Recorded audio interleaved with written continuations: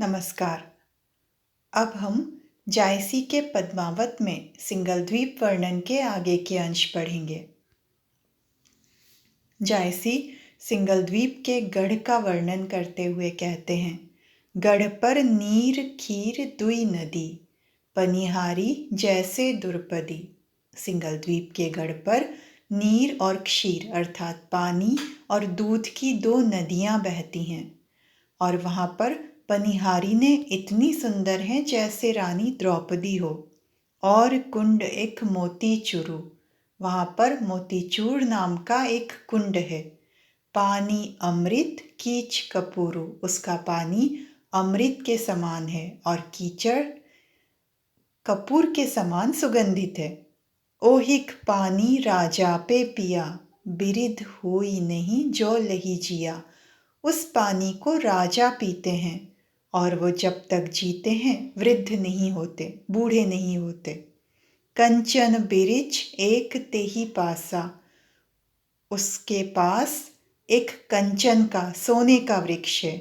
जस कल्प तरु इंद्र कविलासा, जैसे इंद्र के स्वर्ग में कल्पतरु हो, कल्प वृक्ष हो, ठीक वैसे ही मोतीचूर कुंड के पास सोने का वृक्ष है। मूल पतार सरग ओही शाखा, उसकी जड़ें पाताल में है और उसकी शाखाएं स्वर्ग तक फैली हुई है। अमर बेली को पाव को चाखा, उस वृक्ष पर अमर बेल है, उसे कौन पा सकता है, कौन चख सकता है। किसी ने ऐसी साधना की हो, तप किया हो, तो ही वो उस अमर बेल को पा सकता है। चांद पात और फूल तराई, उसके पत्ते चंद्रमा है और नक्षत्र उस वृक्ष के फूल हैं। हो उजियार नगर जहाँ ताई, वह नगर जहाँ तक फैला हुआ है, उस नगर की सीमा जहाँ तक है, वहाँ उस वृक्ष से उजाला होता है, प्रकाश फैलता है। वह फल पावे तप करी कोई, उस फल को पाना सहज नहीं है, किसी के लिए उस फल को पाना आसान नहीं है, उसे तपस्या करके ही पाया जा सकता है। बिरिध खाई तो जौबन होई, उस वृक्ष को, उस फल को अगर कोई वृद्ध भी खा ले तो युवा हो जाता है। राजा भय भिखारी, सुनी वह अमृत भोग, उस अमृत भोग के बारे में सुनकर, उस फल के बारे में सुनकर कई राजा भिखारी हो गए। कई ने प्रयास किया उस फल को पाने का, लेकिन उनके लिए आसान नहीं था। जई पावा सो अमर भा, ना किछु व्याधि न रोग, जो उसे पा लेता है वो अमर हो जाता है, उसे कोई बीमारी कोई रोग नहीं सताता। जायसी के हर पद को पढ़ते हुए हमें लगता है कि वे अन्योक्ति की बात कर रहे हैं। वे इसके माध्यम से अलौकिक शक्ति की बात करते हैं, परमात्मा की बात करते हैं। कहते हैं कि यहाँ नीर और खीर नदियों का अर्थ ईड़ा और पिंगला नाड़ी है और जो मोतीचूर कुंड है वो हमारा हृदय है।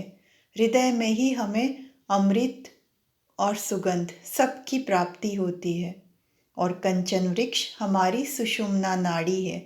ये सब सूफी सिद्धांत, हठ योग के सिद्धांतों का मिला जुला रूप है और साधक को साधना की ओर बढ़ने की प्रेरणा देता है। अगले पद में जायसी कहते हैं, गढ़ पर बसहीं चारी गढ़पति, असुपति गजपति भू नरपति। उस सिंघल द्वीप के गढ़ पर 4 अधिकारी बसते हैं। गढ़पति जो उस किले का रक्षक अधिकारी है, अश्वपति जो अश्वों का रक्षक अधिकारी है, गजपति और नरपति। सब धोराहर सोने साजा, उन सब अधिकारियों के महल सोने के बने हुए हैं, सोने से सज्जित हैं।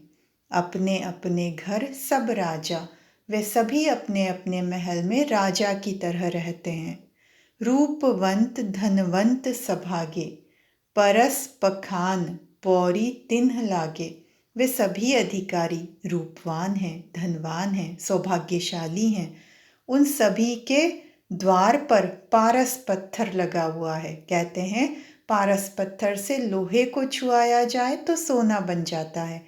इन चारों अधिकारियों के द्वार पर पारस पत्थर लगा हुआ है। भोग विलास सदा सब माना, दुख चिंता कोई जन्म न जाना।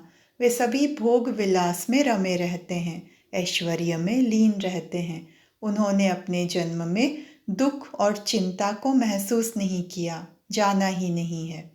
मंदिर मंदिर सबके चौपारी, उन सब के मंदिर अर्थात महल के बाहर चौपालें बनी हुई है। बैठी कुंवर सब खेल ही सारी, उन पर बैठकर सारे राजकुंवर चौसर खेलते हैं। पासा ढरही खेल भल होई, पासा डालकर चौसर का खेल भली प्रकार होता है।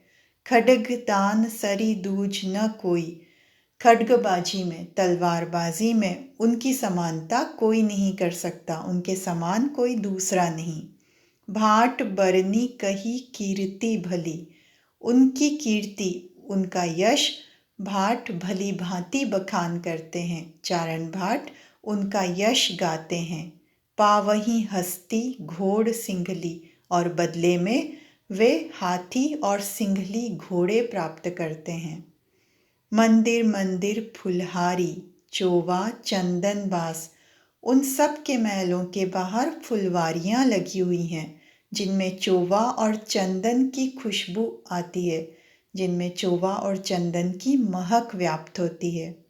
निसी दिन रहे बसंत, तह छमो ऋतु 12 मास, वहाँ रात दिन बसंत ऋतु रहती है। वहाँ फुलवारी में इतने पेड़ पौधे और फूल है कि हमेशा बसंत का आभास होता है। वहाँ 6 ऋतु 12 मास बसंत ही रहती है, ना पतझड़ होता है ना गर्मी, इतना सुहावना मौसम होता है। आगे के कुछ अंश हम अगली कक्षा में पढ़ेंगे। धन्यवाद।